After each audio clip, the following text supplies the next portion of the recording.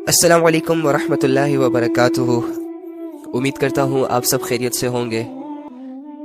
उम्मीद करता हूँ कि आप अल्लाह को राज़ी करने की कोशिशों में लगे होंगे, अपनी ज़िंदगियों को कीमती बना रहे होंगे, अल्लाह की नेमतों का खूब शुक्र अदा करते होंगे, अल्लाह से राज़ी होंगे और अल्लाह आपसे राज़ी होगा इंशाअल्लाह।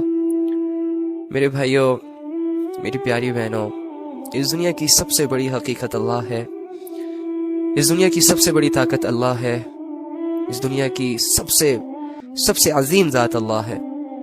और उस अल्लाह ने हमें बहुत मुख्तसर से वक्त के लिए इस दुनिया में पैदा किया। हम एक एक करके अपने रब की तरफ लौट कर जा रहे हैं।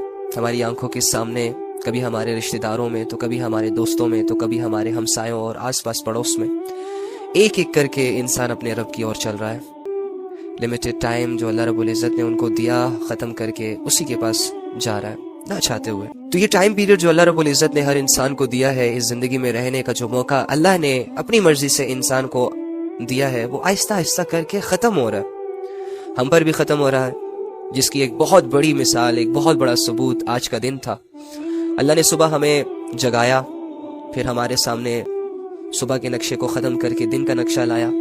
ये रात और दिन का आना, ये पूरी दुनिया पे ये अंधेरा छा जाना, फिर ये अंधेरा ख़त्म हो जाना, फिर ये लोगों का सो जाना और बहुत सारे लोगों का फिर उठ जाना और कुछ लोगों का ना उठना, ये सारी चीज़ें एक निशानियां हैं अल्लाह रब्बुल इज़्ज़त की ज़ात को पहचानने का, अल्लाह की ताकत और कुदरत को जानने का। लेकिन अगर कोई इस पर गौर करे, अगर कोई अपनी ज़िंदगी की फ़िक्र करे, अगर कोई अपनी ज़िंदगी की हकीकतों से मिलना चाहे, तो ये रात और दिन का आना जाना, ये Monday, Tuesday, Wednesday, Thursday, Friday का आना जाना, ये जनवरी, फरवरी, मार्च, अप्रैल, मई, जून, इन महीनों का आना जाना, ये 2020, 2023, ये साल जो आ रहे हैं, गुजर रहे हैं, इनमें बहुत बड़ी बड़ी निशानियां हैं एक आम से इंसान के लिए, जिसके सीने में दिल होता हो, जिसकी अकल रोशन हो, जिसके दिल में हिदायत की तलब हो। वो इन सारे धोखों से अपने लिए एक बहुत बड़ा सबक हासिल कर लेता है। लेकिन जिनकी जिंदगियां गफलतों में होती हैं, उनको कोई परवाह नहीं होती, रात आती है, दिन आता है, इट्स ओके, नो मैटर, उनको कोई परवाह नहीं होती, बारिश हो रही है, धूप है, क्या है, अल्लाह की किसी भी निशानी पर उसकी निगाह नहीं जाती, गाफिल रहता है। बस दो चार जिंदगी के काम होते हैं जो उनको बहुत इंपॉर्टेंट लगते हैं, जैसे कि पैसे कमाना, ड्राइविंग करना, जॉब करना, बिजनेस को चलाना, बीवी, घर और बच्चों की रिस्पॉन्सिबिलिटीज को पूरा करना। बस ये 5-6 एक्टिविटीज उसने अपने लिए मकसद बनाई होती है और इन्हीं मकसद में उसकी प्रीशियस लाइफ गुजर रही होती है। खुश होता है, मुतमईन होता है, समटाइम्स परेशान भी हो जाता है इन्हीं नक्शों में, लेकिन तब भी अल्लाह रब्बुल इज़्ज़त याद नहीं आते। तो ये परले दर्जे के गाफिल होते हैं जिनको अल्लाह याद ना आए और दुनिया अल्लाह से मांग मांग कर वो गुजार रहे हो। तो अल्लाह ताला से दुआ है कि अल्लाह ताला हमें गफलत की ज़िंदगियों से बचाए। अल्लाह रब्बुल इज़्ज़त से हम खूब दुआएं करें कि अल्लाह ताला हमें हिदायत वाली ज़िंदगी अता फरमाए। हमारी ज़िंदगियां आहिस्ता आहिस्ता करके ख़त्म हो रही है। आज हम एक दिन और अल्लाह के करीब चले गए, आज हम एक और दिन आखिरत के करीब चले गए, आज हम एक और दिन दुनिया से फ़ायदा उठा लिए, खा लिया, पी लिया, घूम लिया, मिल लिया, लोगों से बातें कर ली, खूब हज़ारों की तादाद में बातें की होंगी। आज हमने जब से उठे हैं अब तक हमने बहुत सारे चेहरों को भी देखा होगा, कोई खुश होगा, कोई परेशान होगा, दुनिया की बहुत सारी डिस्कशन हमने की होंगी। लेकिन गुजर गया दिन, चले गए हम अपने कब्र के एक कदम और करीब, अपनी मौत के और करीब। अब इसमें खुशनसीब इंसान तो वो है जिसने आज के दिन अल्लाह को राजी किया। खुशनसीब इंसान वो रहा जिसके सामने हराम आया लेकिन उसने हराम को इग्नोर किया और हलाल पे इक्तिफा किया। खुशनसीब इंसान वो है कि जिसके सामने आज अल्लाह के हुक्म टूटते हुए इसकी नज़रों के सामने आए और इसने जाकर अपनी एफर्ट से, अपनी ताकत से उसको रोका और उस पर भी दिन गुजर गया। और दूसरी जानिब बदनसीब है वो शख्स जिसके सामने आज के दिन जिना का मौका आया तो उसने फौरन से जिना कर लिया, जिसके सामने आज शराब का मौका आया तो उसने फौरन से शराब पी ली, जिसके सामने आज 1,00,000-2 लाख का धोखा आया तो उसने फौरन से वो 1,00,000-2 लाख अपनी जेब में डालकर नजरों को चुरा कर घर हो लिए। बदनसीब है वो शख्स जिसने आज की जिंदगी को, जो अल्लाह रब्बुल इज़्ज़त ने सुबह से लेकर अब तक हमें दी, वो ऐसी गुजारी कि उसमें उसको अल्लाह याद ही ना आया हो। बदनसीब है वो इंसान जिसने आज की नमाजों को कज़ा किया। बदनसीब है वो इंसान जिसके सामने अल्लाह की बहुत बड़ी बड़ी नेकियां आई, कर सकता था, फ्री था बिल्कुल, टाइम भी था इसके पास, ताकत भी थी इसके पास, सेहत भी थी इसके पास, लेकिन इसने वो नेकियां नहीं की। उन नेकियों को छोटा जाना और उन नेकियों को करने से कासिर रहा, इग्नोर कर दिया।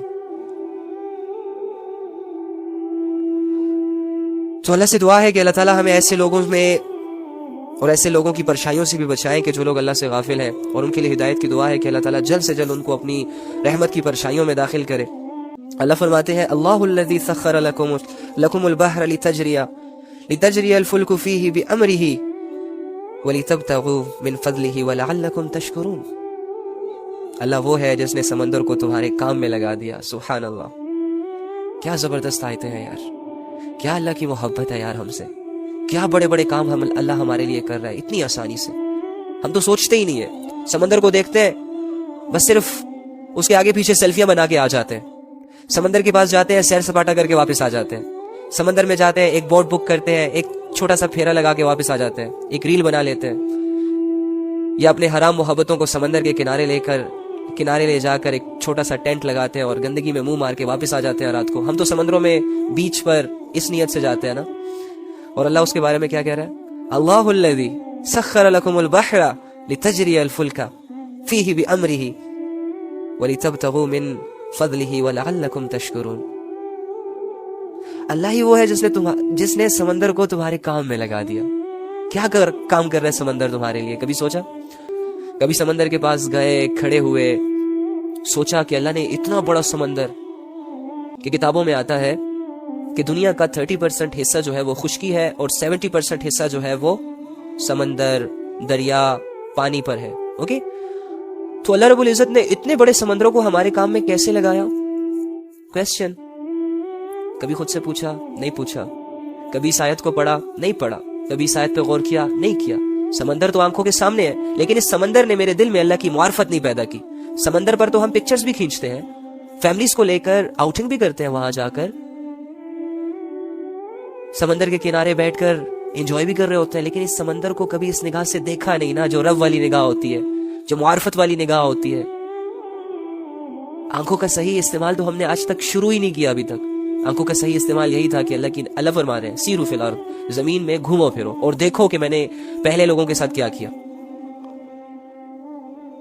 تو اللہ فرما رہے ہیں یہاں پہ اللہ وہ ہے جس نے سمندر کو تمہارے کام میں لگا دیا۔ تو مجھے بتاؤ کہ سمندر کیسے ہمارا کام کر رہا ہے؟ دیکھو، آپ نے سنا ہوگا کہ آپ کے ملک میں، آپ کی کنٹریز میں جتنی بھی یہ کھانے پینے کی اشیاء آتی ہیں، امپورٹ ایکسپورٹ جو ہوتی رہتی ہے کنٹری بیس پر، یہ بہت سارے راستے ہیں اس کے، جس میں پلینز میں بھی آتے ہیں، لیکن اکثر زیادہ تر حصہ سمندروں کے ذریعے سے ہماری کنٹری میں داخل ہوتا ہے۔ سمندر کے ذریعے سے ہمارا رزق ایک جگہ سے دوسری جگہ جاتا ہے، سمندروں کے ذریعے سے ہماری ملک کی اکانومی مضبوط ہوتی ہے، امپورٹ ایکسپورٹ کر رہے ہیں ہم اس سے، کشتیاں چلا رہے ہیں اس میں، بڑے بڑے بحری جہاز اس میں ہمارے ایک سامان کو ہمارے ملک سے لے جا کر دوسرے ملکوں میں بیچتے ہیں، دوسرے ملکوں سے لا کر ہمارے ملکوں میں استعمال کرنے کے قابل بنتے ہیں۔ کتنی بڑی بات ہے!